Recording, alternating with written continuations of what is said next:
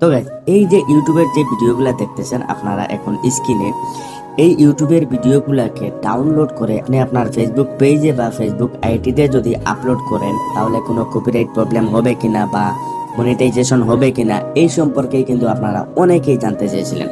তো আজকের এই ভিডিওটা একটু স্কিপ করবেন না, যদি স্কিপ করেন তাহলে কিন্তু বিষয়টা বুঝবেন না, ঠিক আছে?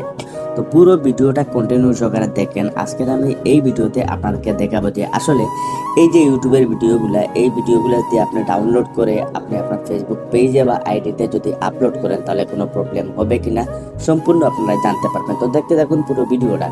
যদি ভিডিওটা ভালো লাগে একটা লাইক করবেন, চ্যানেলে নতুন হলে অবশ্যই চ্যানেলটাকে সাবস্ক্রাইব করবেন। তো চলুন ভিডিওটা শুরু করা যাক।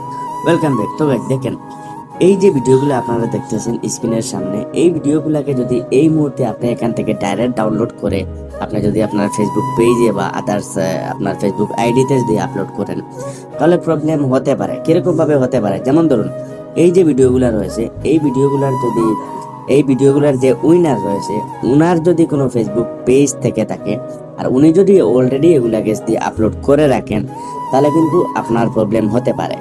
তো এই জন্য আপনাকে যে কাজটা করতে হবে, আপনি রিস্ক মুক্ত হতে হলে আপনাকে যে কাজটা করতে হবে, যে আপনি চাচ্ছেন আপনার কোনো ধরনের প্রবলেম না হওয়ার জন্য আপনি ভিডিওগুলো আপলোড করবেন, আপনার মনিটাইজেশন হবে বা ইনকাম করতে চাচ্ছেন এরকম, তাহলে আপনাকে যে কাজটা করতে হবে, আপনি প্রথমে ইউটিউব এখানে ওপেন করবেন। ওপেন করার পরে আপনি যে রিলেটেড ভিডিওগুলো আপনি ডাউনলোড করে আপনি আপনার ফেসবুক পেজে আপলোড করতে চাচ্ছেন, হতে পারে কোনো নাটক, হতে পারে কোনো মুভি, মানে আপনি যেটা চাচ্ছেন সেটা আপনাকে প্রথমে সার্চ করতে হবে, ঠিক আছে?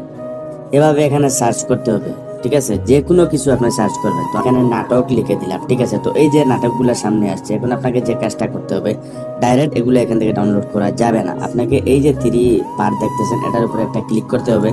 এটার উপরে ক্লিক করার পরে এখানে ফিল্টার অপশনে ক্লিক করতে হবে। তারপরে আপনাকে এই যে দেখছেন কমন ক্রিয়েটিভিটি, এটার উপরে ক্লিক করে এটাকে অ্যাপ্লাই করে দিতে হবে। তো এটাকে অ্যাপ্লাই করে দেওয়ার পরে এই যে এখন যে নাটকগুলো আপনি দেখতেছেন আপনার সামনে আসছে, এই নাটকগুলোকে আপনি এখান থেকে ডাউনলোড করে আপনি পুনরায় আপনি আপনার ফেসবুক পেজে আপলোড করতে পারবেন। এতে কোনো ধরনের প্রবলেম হবে না। কেন হবে না? এই যে ভিডিওগুলো দেখতেছেন, এই ভিডিওগুলা অলরেডি পারমিশন দেওয়া রয়েছে। এই ভিডিওগুলা আপনি রিউজ করার জন্য আপনাকে কিন্তু এখানে পারমিশন দিয়ে দিয়েছে তারা, যেগুলো আপলোড করলেও কোনো ধরনের প্রবলেম হবে না। তারপরেও আপনি এই ভিডিওগুলো একটু চেক করে আপলোড করবেন। যেমন ধরুন এক্সাম্পল হিসাবে এই ভিডিওটা আপনি ডাউনলোড করে আপনার ফেসবুক পেজে আপলোড করতে চাচ্ছেন, এই ভিডিওর উপরে একটা ক্লিক করবেন। ক্লিক করার পরে এই ভিডিওর যে ডেসক্রিপশনটা রয়েছে, ডেসক্রিপশন বলতে আপনাদেরকে বোঝাই, এই যে টাইটেলটা রয়েছে এটার উপরে জাস্ট একটা ট্যাপ করবেন। ট্যাপ করার পরে একটু নিচে আসবেন, নিচে আসার পরে মোর অপশনে ক্লিক করবেন। মোর অপশনে ক্লিক করার পরে একবারে নিচে চলে যাবেন। নিচে চলে যাওয়ার পরে এখানে আপনারা দেখতে পারবেন লাইসেন্স। আপনারা পুরোপুরি শিওর হওয়ার জন্য আপনাদেরকে বলতেছি। তো এই যে লাইসেন্স, এই লাইসেন্সে এই দেখেন কি লেখা এখানে, প্রমেন ক্রিয়েটিভিটি, ঠিক আছে? এই দেখুন নিচে লেখা রয়েছে রিউজ এলাও, যে আপনি এটাকে পুনরায় আপলোড করতে পারবেন, কোনো ধরনের প্রবলেম হবে না, কোনো ধরনের কপিরাইট আসবে না, আপনি এটা আপলোড করে আপনি ইনকাম করতে পারবেন, কোনো সমস্যা হবে না।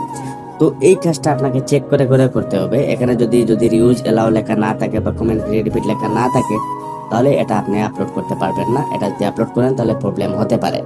তো আশা করি আপনাদেরকে পুরো বিষয়টা আমি বোঝাতে পারছি, বা পুরো বিষয়টা আপনারা বুঝতে পারছেন। এরকমভাবে যদি আপনি ভিডিওগুলো আপলোড করেন, এরকমভাবে ভিডিওগুলো যদি ডাউনলোড করে আপনার ফেসবুক পেজে আপলোড করেন তাহলে কোনো ধরনের প্রবলেম হবে না। আশা করি বুঝাতে পারছি। যদিও ভিডিওটা একটু উপকারে এসে থাকে তাহলে একটা লাইক করবেন, চ্যানেলে নতুন হলে অবশ্যই চ্যানেলটাকে সাবস্ক্রাইব করে আমার পাশে থাকবেন। তো আজকে পর্যন্তই, গুড বাই।